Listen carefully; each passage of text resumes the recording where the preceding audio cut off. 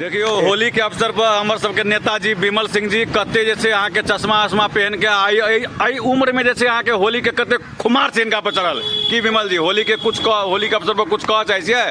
होली के बधाई होना चाहिए और वही के बाद मेरा रंग अबीर हाँ शांति पूर्वक होली मनाना चाहिए। जी जी, जनता को ये काज है जो शांति पूर्वक होली हो।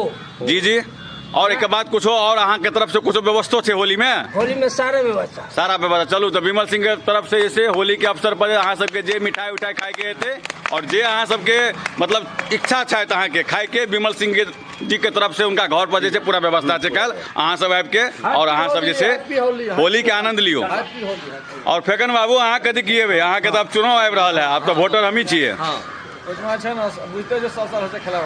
खेला बेला तो तो भऽ रहल छै, होली में की कर रहल छियै? अच्छा ठीक है, चलू तो अहूँ के हम टारगेट पर छीन लेने बेर, टेंशन नहीं लो, चुनाव के समय आबि गेलै आब।